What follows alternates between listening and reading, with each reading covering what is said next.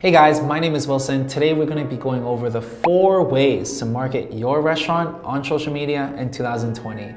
So many of you guys have already been on that social media train, so congratulations to that, because a lot of people actually don't see the value just in the last 2-3 years. People don't see the value on posting on social media because there's no direct ROI.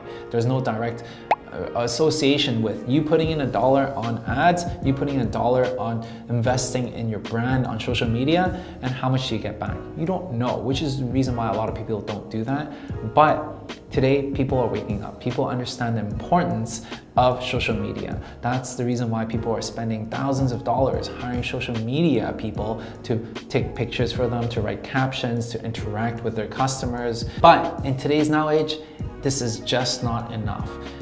It is not enough just to post nice pictures. It is not enough to just engage because the market is so saturated. The platforms like Facebook, Instagram, they're so saturated with beautiful pictures.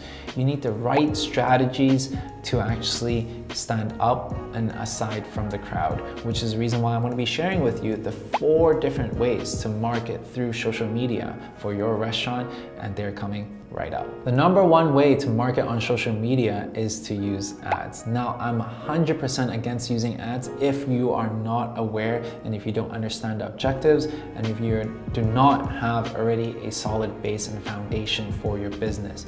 However, if you already have a solid foundation, if you already have people who are interacting with your brand, then running ads is a must. Running ads on Facebook and Instagram is still relatively cheap as opposed to the native and the like print ads, bus ads, and radio ads and stuff like that. And on top of that, running ads on social media like Facebook and Instagram is super effective when you can combine that with a right strategy. So for example, when we're running ads, we're not running ads just to sell people on, hey, you know what, come to my restaurant, $20% off. No, we don't want to do that. We want to be able to run ads strategically to show people that, hey, you know what, this is the behind the scenes process of how we make our food. This is the type of food that we offer. This is the type of people that we serve. This is how they feel about our food after they come and consume at our restaurant. This is behind the scenes. This is how everything is made. And then when the timing is right, when you want to promote a certain campaign, you would want to then offer them something in return. You tell them that, hey, you know what, there's 10% off, or hey, you know what, come during this weekend for this specific promotion. So at the end of the day, running promotions is very strategic. You cannot just send them an offer and expect your customers to return right away. You need to be able to warm them up. You need to show them behind the scenes. You need to be able to tell them a story. You need to be able to show them behind the scenes of how you are working. So at the end of the day, when the timing is right, you're going to become top of mind for your customers. And another powerful thing and another powerful way of running ads is to retarget.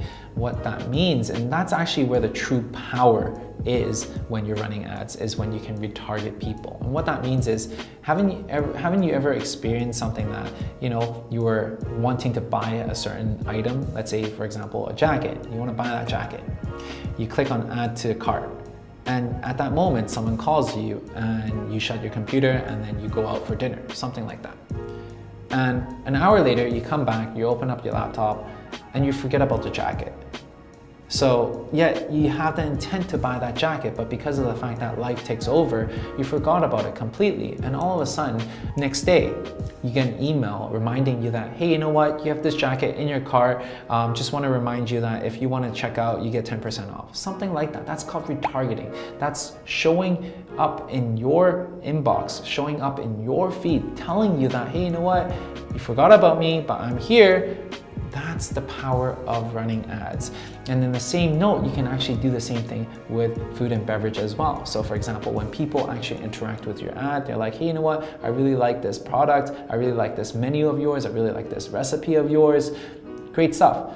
And next time, whenever you have a promotion, you show it in front of my face. Now, because of the fact that I love your brand, because I already love and want to try out your product, I'm much more inclined to actually come to your restaurant and try out your stuff. And that's the power of retargeting. That's the power of being timely with the ads. So you're not just running ads because everyone else is doing it. You need to have strategy, you need to have objectives, and you need to be able to retarget in a timely manner.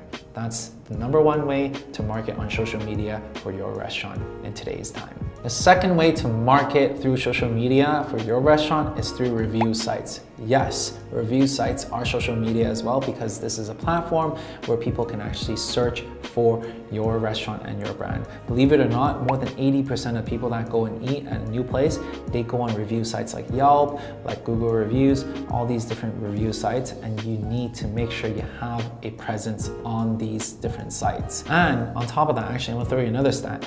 Did you know that a half-star rating increase, okay, accounts for more than 30% of an increased traffic? And what that means is that if you have a 3.5 star versus someone that has a 4 star, and yet you guys serve the same thing, 30% of the time people would search, and people actually go and prefer the place with that half a star more, that 4-star restaurant. They would prefer that, and they would have 30% more sales than this company and this brand, this restaurant, who has only 3.5 star, which is the reason why you should pay a lot of attention on review sites, okay? A lot of times you may be wondering, hey, but Wilson, I don't have much reviews. Or hey, Wilson, you know what, my restaurant just started. I don't know how to get reviews. Well, you need to make sure that you strategize on getting reviews. Good reviews, bad reviews, it doesn't matter. Just honest reviews, okay? You can always work towards making sure your product satisfies your customer. Now, on the same token, if your product sucks, then it doesn't matter if your reviews are not, because you shouldn't even be in the restaurant business. I'm saying this if you have a good product that you can actually improve upon, that you can actually serve to the customer, that customers actually enjoy it. Now, some of the ways to get reviews are to actually incentivize your customers, incentivize them with, for example, a drink for every time they come in and show that they have left a review, or perhaps having a sign out your door that says, hey, please leave us a review on Yelp or something like that. Because a lot of times, if you don't ask, you shall never receive, which is the reason why you should always ask. Just like how at the end of the video, I'll always ask you to smash the like button, because it helps with my YouTube journey. And because at the end of the day, if I don't ask, I will never receive that like button. So please smash that like button.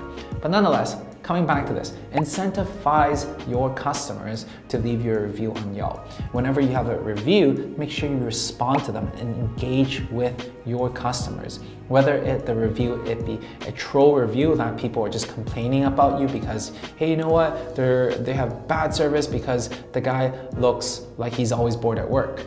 But if you're not that bored and it's just how you look, then unfortunately, that review is not warranted. Then you can reply, hey, you know what, put some character into it, make it fun. For example, you can be like, hey, this is how I look, how dare you, or something along the lines of that. Just make it fun with them, show your character, because people who are actually reading these reviews, they're human too. They understand what is a troll review and what are the reviews that are actually warranted. For example, if it is a warranted review that is a negative one, then own up to it. Own up to it and tell the people that, unfortunately, this happened to you, I'm so sorry, let me make it right to you, and actually improve upon it. And people are much more forgiving if you're honest and if you own up to it. So there you go. Review sites. Do not take this lightly, because it would make or break your business. The third way to market on social media for your restaurant is through influencer marketing. And what that means is that influencers are basically the cool kids in the class. They're the people that people look up to. They're the people that are outspoken, and they're the most popular people. They're like the prom kings and the prom queens, okay? So these are the people that you would want to bring into your restaurant. These are the people that you want to reach out to and actually find their profile and offer them to come into your restaurant, to have a free meal, to actually, you know what, not pressure them into writing a post, not pressure them to sharing, but more so just to come and experience what you have to offer. And if you're genuine about that, and if you're not an annoying person about this, a lot of times these influencers would be more than happy to post on your behalf, more than happy to post their experience at your establishment. And that says a lot about you versus food critics versus anything else. Influencers are the major players in town and major influence for your restaurant, because a lot of times you can actually leverage their customer base, the people that follow them. And a lot of times these influencers, they have 10, 20, 1,000, 100,000 subscribers and followers that actually watch what they have to post. So if they had a pleasant experience at your joint, then majority of the time they can influence their following as well. And case in point, when we first started 720 Sweets, the first day that we opened, there was a food blogger who came in and posted about us. And the next day, 3 more of her friends came in and tried our ice cream, our smoking ice cream, and find that this was a pleasant experience. They actually asked us if they can post for us. And at that time, this was 5 years ago, okay? At that time, I didn't know what was influencer marketing, but I just said that, hey, you know what? I just want to serve you. I just want to bring the best dessert to the market. And because of this attitude that we had, we were able to actually have them post for us and talked about their experience on social media. And in turn, we became super busy the 3rd day onwards. And within the first year, we expanded to 3 shops, all because of influencer marketing. So this is not something you want to take lightly. Nowadays, this whole industry has transformed, has evolved, and has matured, which makes influencer marketing that much more important.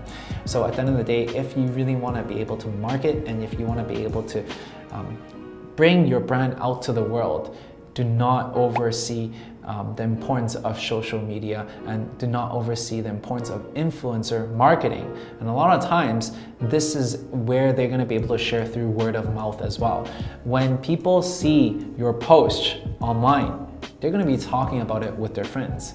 So if you deliver a positive experience, a good experience to your consumers, a good experience to your food bloggers and influencers, they're going to talk about it even offline, and that brings a lot of weight through marketing for your restaurant. Now, I know we talked a lot about influencers, social media influencers and stuff like that. However, you do not want to oversee the importance of catering to influencers that are offline as well. We're talking about people that are not really on social media, but has a lot of following and has a lot of network. So for example, people that are in the real estate game or people who are in the banking industry, they love your product, they come and try it out, and they're like, hey, you know what, I can bring this back to my branch. Or a real estate agent, hey, you know what, I really like this. I'm gonna buy a bunch of this stuff. I'm gonna buy a bunch of gift cards and gift it to my association. These are all things that you do not want to oversee as well. Even though they're not on social media, they too have a lot of influence. They too hold a lot of weight through word of mouth marketing. Nonetheless, if you can actually combine the effect of social media and influencer marketing with word of mouth marketing, that becomes a really strong synergy and a big combo that can help your restaurant market in today's age. The 4th and final way to market on social media for your restaurant is to be able to build a community. This is something that I personally am an advocate of, okay? I do not run any ads, I do not run any paid promotions until I can build a solid base of foundation of fans that love our product and love our service and loves us in general. Because it is super, super important. You don't, if, for example, there's no loyalty, there's no way you can demand a premium if people don't view you as a brand. If they don't love you, they only treat you like a commodity. And when you are treated as a commodity, how do people value you? They value you by price. So if you're not the cheapest in town, if not the cheapest, the most bang for the buck, then they're not gonna come to you because they view you as a commodity. However, if they view you as a brand that they love, then they're willing to support your journey, and then they're willing to pay a premium, and then they have that loyalty for your brand. So at the end of the day, it doesn't matter if you have competitors that are open around the block. It doesn't matter if you have competitors that opens right beside you. They'll still come to you because they want to support your journey and because they're a loyal fan of yours, and they're willing to pay that little bit of a premium for your product because they're a loyal fan. Now, having said that, How do you build a loyal fan base? A lot of times this comes from personal engagement. These are things that are not scalable. These are things that require one-on-one interaction, that you need to care for them, that you need to show them that you appreciate them. Some simple gestures like that, you addressing them by their first name. Accumulating fans one by one and knowing your first 1,000 fans is so important for the success of your restaurant. Address them by their first name. Treat them something small, so then that way they feel that, ooh, I'm a VIP. Ooh, I kind of like this. Ooh, I'm special. And in turn, slowly but surely, they become regulars and they become loyal fans of you. Share along your story. Why is it that you're building this brand? Why is it that you're building your restaurant? And what are you working on? What are you working towards? And if they know a lot more about you, understand your journey, understand your story, then they're much more prone to want to support you on your journey for your restaurant, and which is how you can build your loyal fan base one fan at a time. This is something that is not scalable, but is essential for your restaurant's success. Number 4 is to be able to create that community of loyal fans, and that's gonna make a difference between a failing business and a thriving business. So there you go, the 4 ways to market your restaurant on social media. Number 1 is to be able to use ads. Use ads with an objective. Strategize about it. Don't just run ads with 20% off, because people don't really attach to ads like that. You need to be able to tell them a story. You need to show them the product that you're serving. You need to show them how it's like to enjoy your product behind the scenes, and tell a story before you run an ad to get them to come in.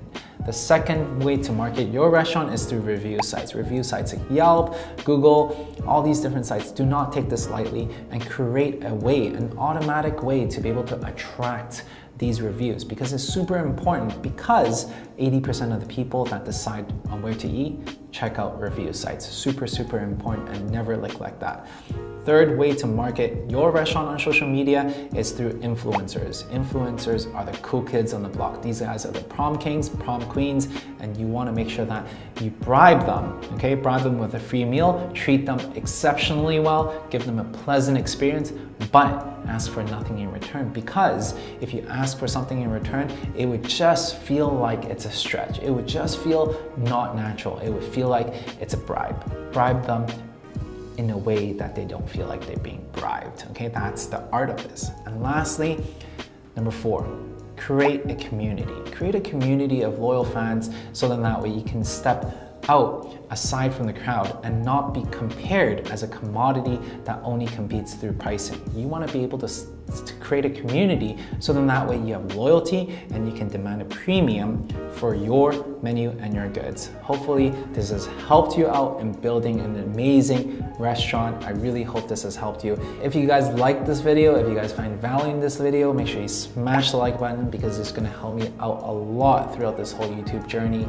But if you want even more content, if you want to know the A to Z, if you want to learn more about how we're able to build this international ice cream chain, and so then that way you can have these skill set and these templates that we've created for the last 10 years, anywhere from negotiating free rent to building my first 1,000 loyal fans. Check out in the link below. I've created a course on this, so if you guys want to learn more, check it out in the course below. Otherwise, I really hope you enjoyed this video. Once again, smash the like button, helps us out a lot.